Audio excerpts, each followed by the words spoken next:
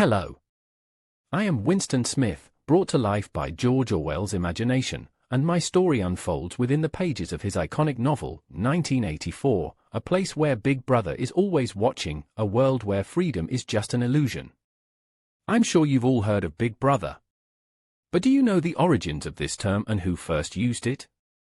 Let me tell you about George Orwell, a writer who used his pen to fight against oppression and defend truth. George Orwell, born Eric Arthur Blair, came into the world on June 25, 1903, in Motihari, India, while the country was under British colonial rule. At the time of his birth, the British Empire was at its height, controlling vast territories across the world.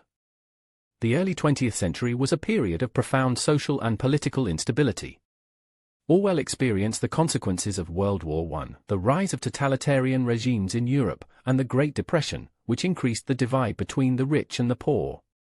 These events shaped his worldview and became central themes in his most famous works, where he warned against the dangers of authoritarianism and the manipulation of truth.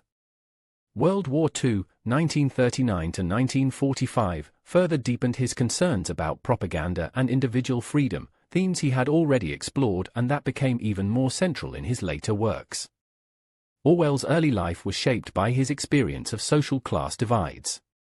As a child, his mother took him back to England, where his family struggled to maintain a middle-class appearance despite financial difficulties. This early exposure to social division sparked his lifelong concern with social justice. His education at the prestigious Eton College, where he experienced the rigid hierarchy of the British elite, further sharpened his awareness of class privilege and fueled his resentment towards systems of power and oppression. In 1922, Orwell joined the Imperial Police in Burma, where the harsh realities of colonialism left him with a deep sense of guilt and anger toward the empire. Dissatisfied with colonial life, Orwell resigned and returned to Europe, living in poverty, to understand the struggles of the working class. He worked a series of low-paying jobs, including as a dishwasher in Paris, a bookshop assistant in London, and a teacher in small private schools. In 1936, he married Eileen O'Shaughnessy, who became a crucial support in his literary career. That same year, he traveled to Spain to fight in the Spanish Civil War, an experience that reinforced his commitment to socialism and his distrust of authoritarianism.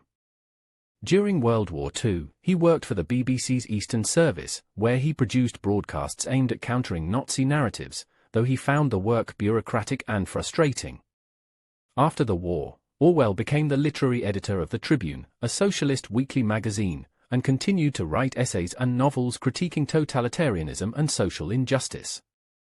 Despite battling tuberculosis, he continued to write until his death on January 21, 1950, at the age of 46.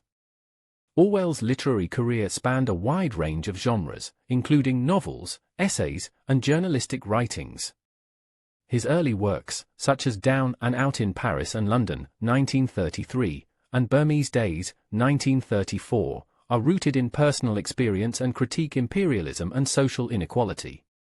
Orwell's experiences in Spain inspired Homage to Catalonia, 1938, a deeply personal account of the Spanish Civil War and his growing distrust of authoritarian ideologies. In Inside the Whale, 1940, a collection of essays, Orwell reflects on the role of the writer during times of social and political crisis.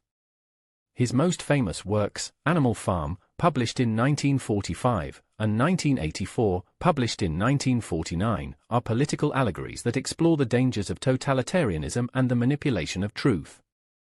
Animal Farm is a satirical fable about the Russian Revolution showing how power can corrupt even the most idealistic movements, while 1984 presents a dystopian future where the government controls every aspect of life, including thought and language, with surveillance and propaganda suppressing individuality.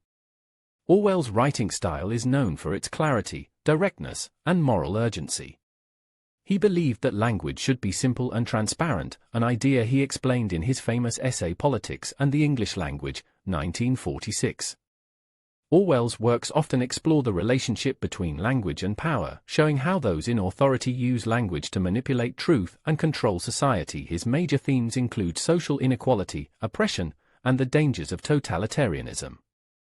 Whether describing the struggles of the working poor or warning against government surveillance, Orwell consistently defended individual freedom, intellectual honesty, and a sense of common decency. His experiences with poverty, colonialism, and political violence gave his writing a personal depth that resonates across generations. Orwell's literary aim was to make political writing an art form.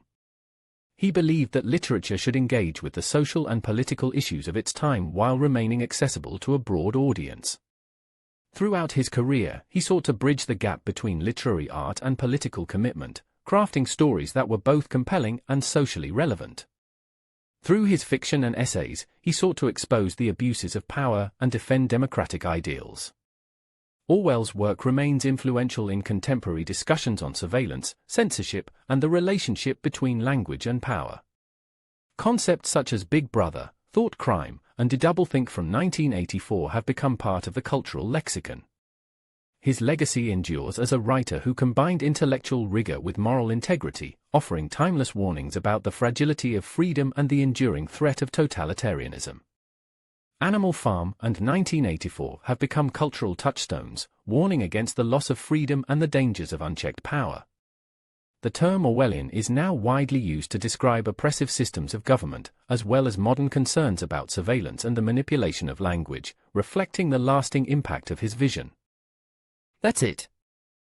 Of course, there's much more to tell, but you've surely got a good picture of a writer whose ideas continue to echo far beyond my time. Are you curious about my world and what Big Brother really meant to Orwell? Why not read 1984 for yourself? Wait, don't forget about me. I have something to say. Just like 1984, Animal Farm holds lessons you won't forget. Read it and find out for yourself.